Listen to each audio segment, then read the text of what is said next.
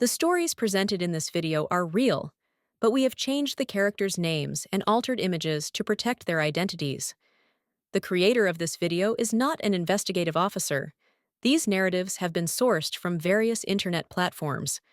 Our intent is not to accuse or target anyone in particular. Thank you for understanding.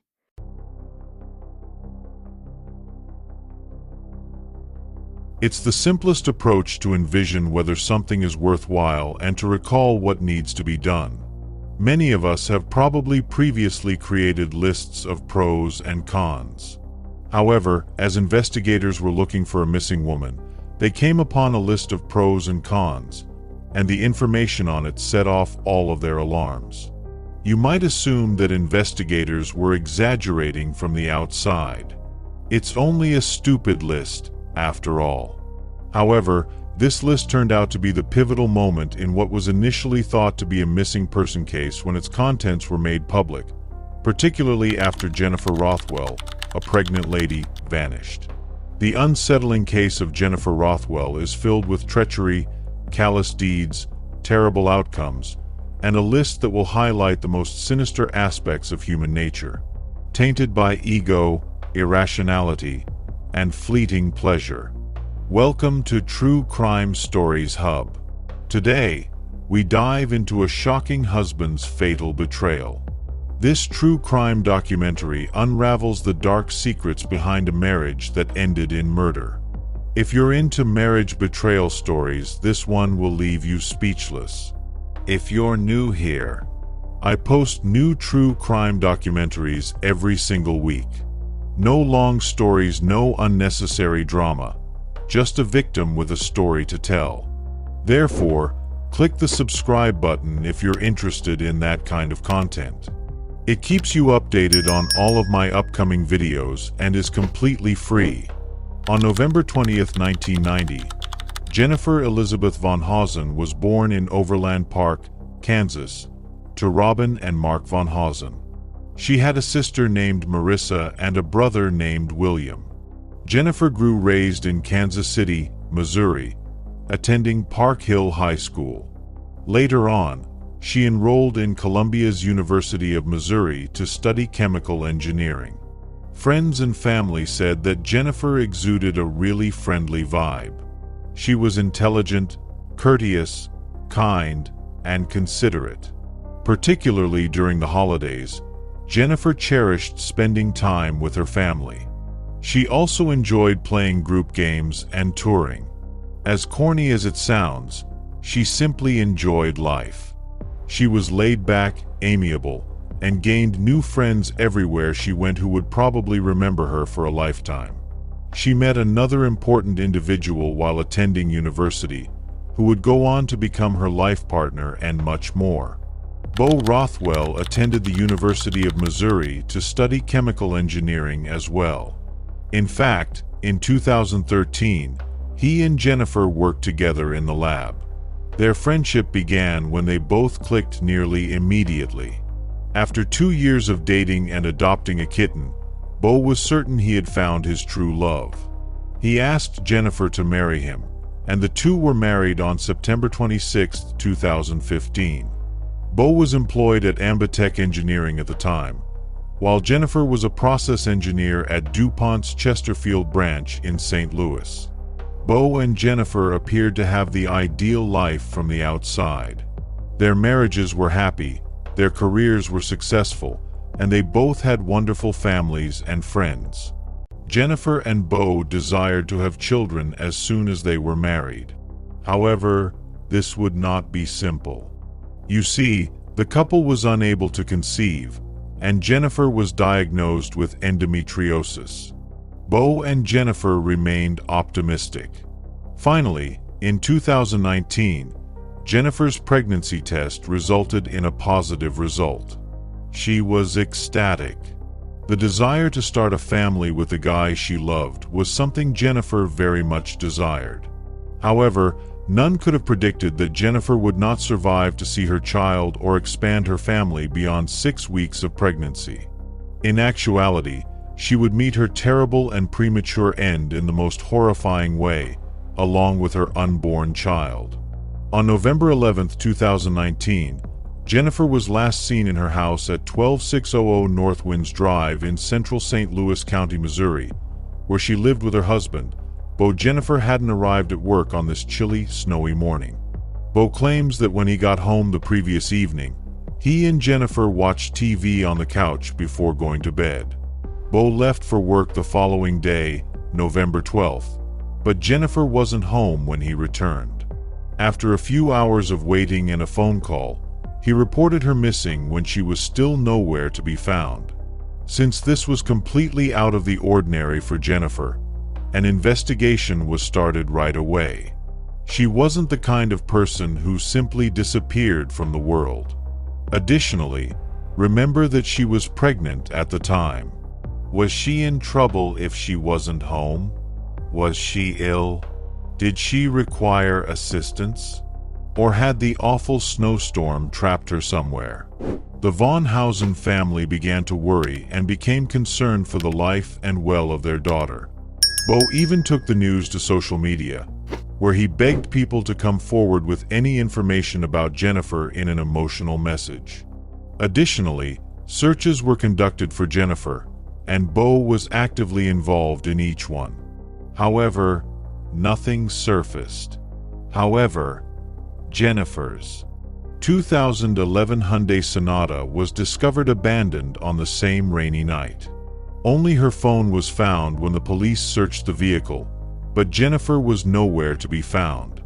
Now, the cops found this to be rather disturbing. Without her phone, where could Jennifer have gone? And in such unfavorable weather, too. Detectives were certain now that something was amiss. Fear and anxiety for their daughter were shaking Jennifer's family.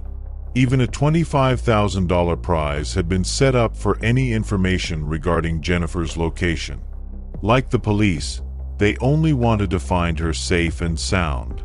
The police chose to investigate Bo and Jennifer's house, where she was last seen, while the inquiry was going on.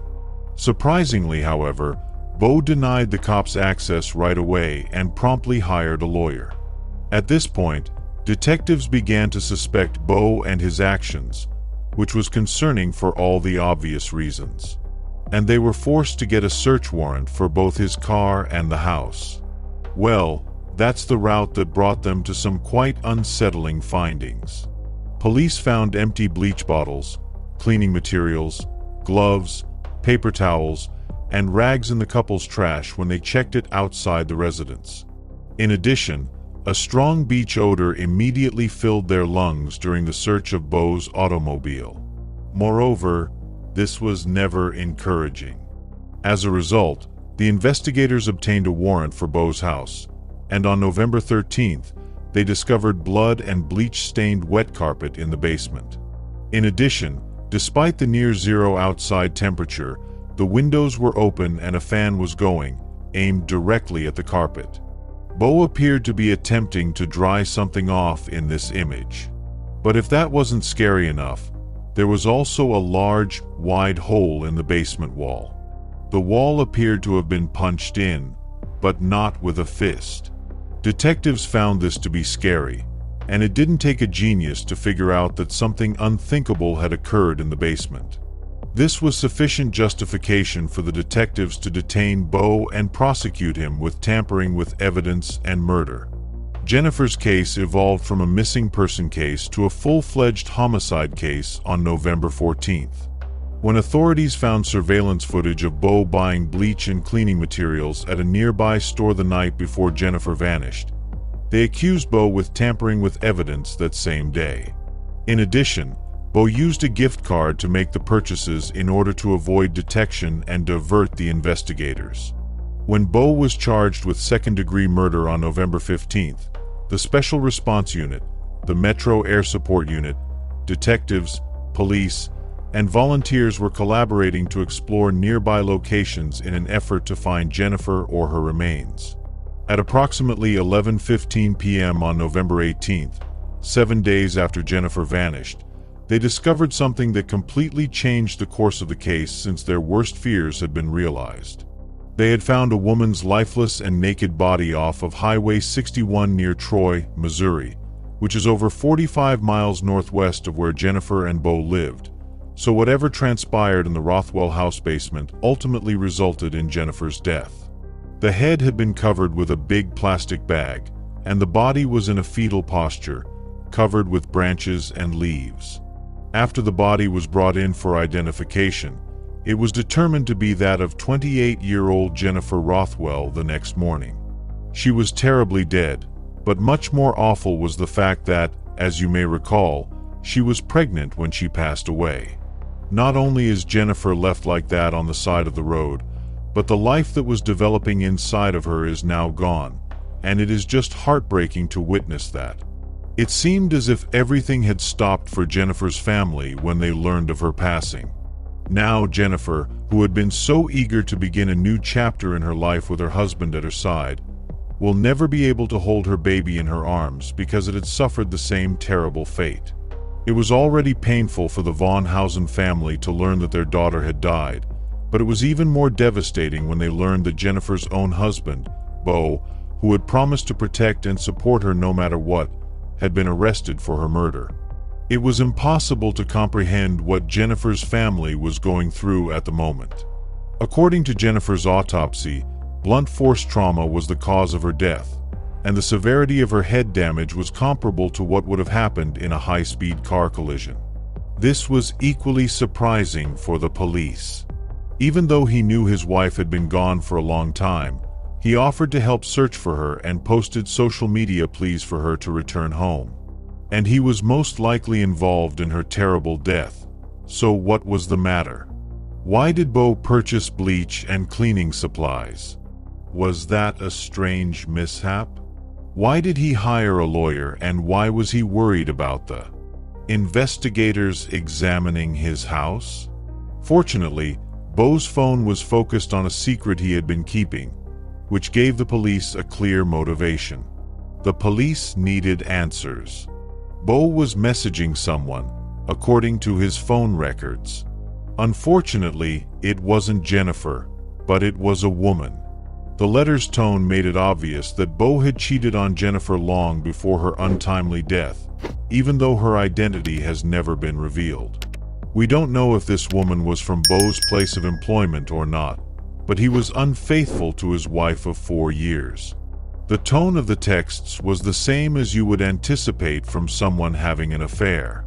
Bo considered splitting from Jennifer and beginning a new relationship with his mistress. They would frequently get together for sex, which is disgusting because Jennifer was totally ignorant of this for so long. Bo's perverse thoughts were even revealed in texts exchanged with his mistress. As it turned out, Jennifer had just told Bo she was pregnant, so the two couldn't be together. Bo was forced to make a very important decision as a result of this information. He may either cease the affair now and continue living with Jennifer, or he can leave her and start a new life with his mistress. However, Bo had no desire to be with Jennifer. Jennifer's online search history was collected by the detectives, and they discovered that she was visiting forums and posing questions such as, "What should I do if my husband is upset about my pregnancy?" Bo's desire to end his life with Jennifer was obvious to the police and everyone else, and it was easy to presume that he was not thrilled when she revealed that he was pregnant. Pregnancy can be difficult for both parties, of course, but Bo had no right to be upset at this news because he and Jennifer were in agreement about starting a family, at least before he cheated on her. He acts shocked when it happens, even though the two were actually actively trying to conceive. Nothing about it makes sense. In any case, Bo was not pleased with the pregnancy, as evidenced by the letters he sent with his partner. "I'm in panic mode," he wrote in his text. The results of Jennifer's pregnancy test were positive. "Instead, I want to be with you. Believe me, this is not what I wanted, and I have no idea what to do. I feel confined." The tone of these communications reveals the kind of husband Bo is, but one message in particular prompted the authorities to take urgent action. It was a kind of outline. You see, Bo sent his mistress 3 different situations via text message. The first was to break off the affair and go their own ways. Asking for a divorce and telling Jennifer about the affair was the second choice. Waiting out the pregnancy was the third choice. In essence, Bo promised to leave Jennifer if she miscarried or if something else happened, and he wanted to observe how her pregnancy progressed without revealing the affair. I don't understand why he didn't just leave if he truly despised Jennifer this much. Although I don't support having an affair in any way, if he was this sad, it may almost appear justifiable if you truly narrow your eyes and twist your thoughts. Simply leave your wife and be with the person you want to be with if you want to continue that affair for years. You cheated on her already. Already, the confidence has been betrayed. There is no way it could be any worse. However, this man's ideas will leave you stunned. In addition to being a coward for avoiding confronting Jennifer and her justifiable rage at the affair's revelation, he has gone so far in this affair that he genuinely doesn't give a damn whether his unborn child survives or not. He would see the possible miscarriage as a positive thing, if anything. I'm not sure what will make you feel nauseous if that doesn't. In the middle of 2022, Jennifer's murder trial took place. Additionally, Bo displayed a mix of emotion and stoicism throughout the trial. In order to avoid a harsher punishment for such a horrible act, the prosecution had to persuade the jury that the murder was premeditated. On the other hand, the defense attempted to portray Bo's conduct as an accident. Investigators claim that Bo had grown tired of his life with Jennifer. Bo was aware that the kid, whom he and Jennifer had helped create, would be a hindrance to his new plans when she revealed she was expecting. A list that was discovered written down in Bo's notebook provided the prosecution with additional evidence to support this allegation. His employer gave it to the investigators, and he had it at work. It wasn't just any list, though. It was a list of Bo's life's advantages and disadvantages. Bo even considered the advantages and disadvantages of leaving Jennifer and beginning a new life. Bo listed several benefits to splitting from Jennifer, including a new beginning, increased intimacy, and respect. The disadvantages were listed as having to relocate, financial hardship, and disappointing his family.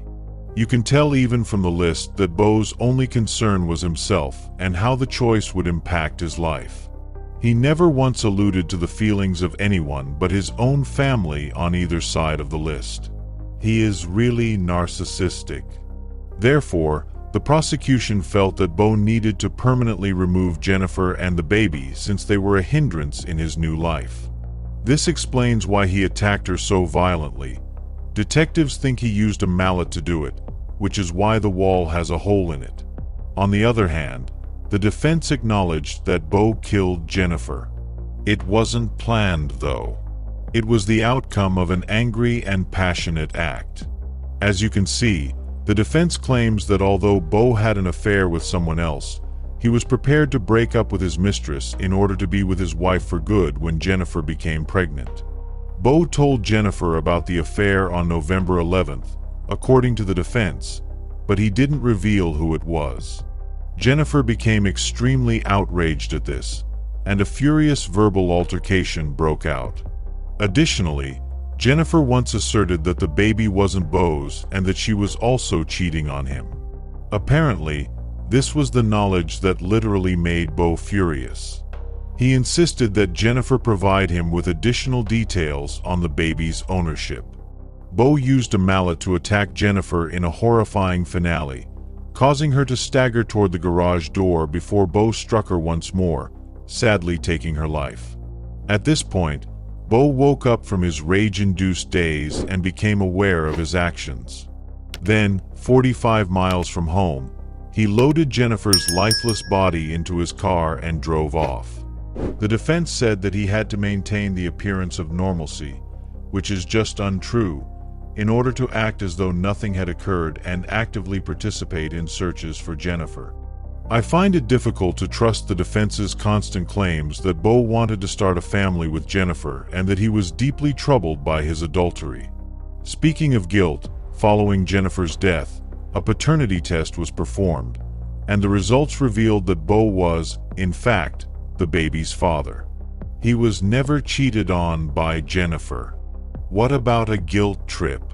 Furthermore, there were no indications of her being unfaithful in her phone history, so I don't understand how the defense came up with such a ludicrous and false allegation.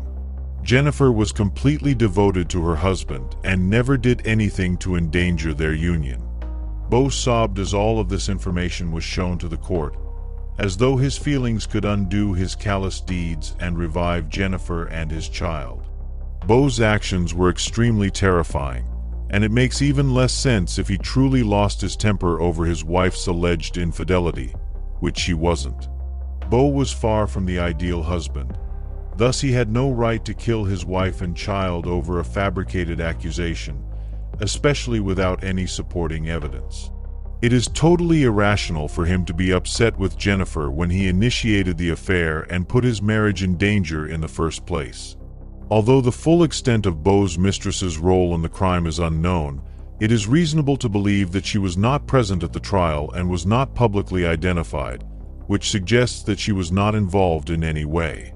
In any case, because they talked about 3 different versions of their lives, the woman was nonetheless aware that Bo was married at the time. It's unclear if the other woman was aware that Bo would physically remove Jennifer from the photo, but it's still unnerving. In any case, the 12-member jury returned a decision in March 2022 following extensive discussion. Bo Rothwell, age 31, was convicted of killing his wife, Jennifer. Bo was sentenced to life in prison without the chance of parole on July 8, 2022, plus an extra 4 years each for the offenses of tampering with evidence and abandoning a body. These sentences will be served concurrently. Bo apologized to Jennifer's family in a statement following his imprisonment, telling them that she was his best friend and that he thinks of her daily. But let's face it, these statements are lies. A best friend is never betrayed. Nobody tells their best buddy falsehoods. Nobody kills their closest buddy. It doesn't operate that way. Because of one man's self-centered lust, Jennifer's family lost not only their daughter, a strong, intelligent, and compassionate young woman, but also their unborn grandchild. It's just so heartbreaking to see Jennifer's family breaking down in grief, knowing that they'll never see their daughter ever again, said Robin, Jennifer's mother, in a statement she gave via video chat following the sentencing. Wives are meant to be protected by their husbands, and vice versa. A marriage is a partnership where you can find calm and comfort in each other. Bo violated that connection very immediately when you held their hands or gave them a hug and felt your shoulders sink and your air leave your body. The cases of Scott Peterson and Chris Watts have been frequently likened to Jennifer's.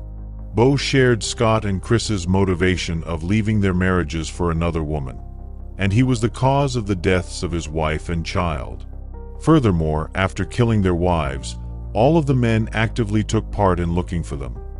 Sadly, the wives were all pregnant when they were killed. In my opinion, these men are a perfect match. It's one thing to murder your own spouse, but it's terrifying to consider that someone could act such callously toward an unborn child.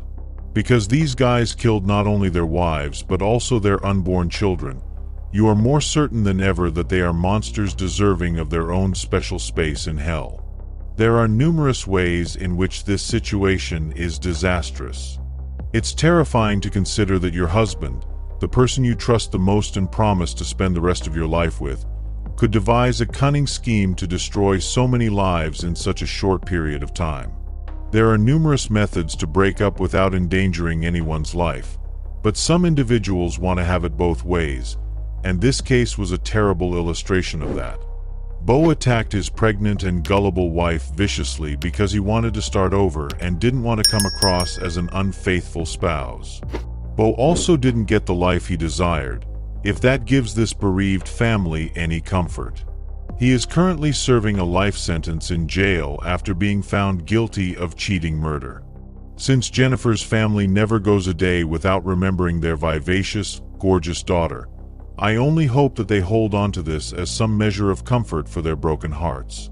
We appreciate your interest in this new True Crime Stories Hub channel episode. As always, though, please remember to subscribe and see this other fascinating case I discussed if you like this video. It keeps you updated on all of my upcoming videos and is completely free. I will see you all at the next one.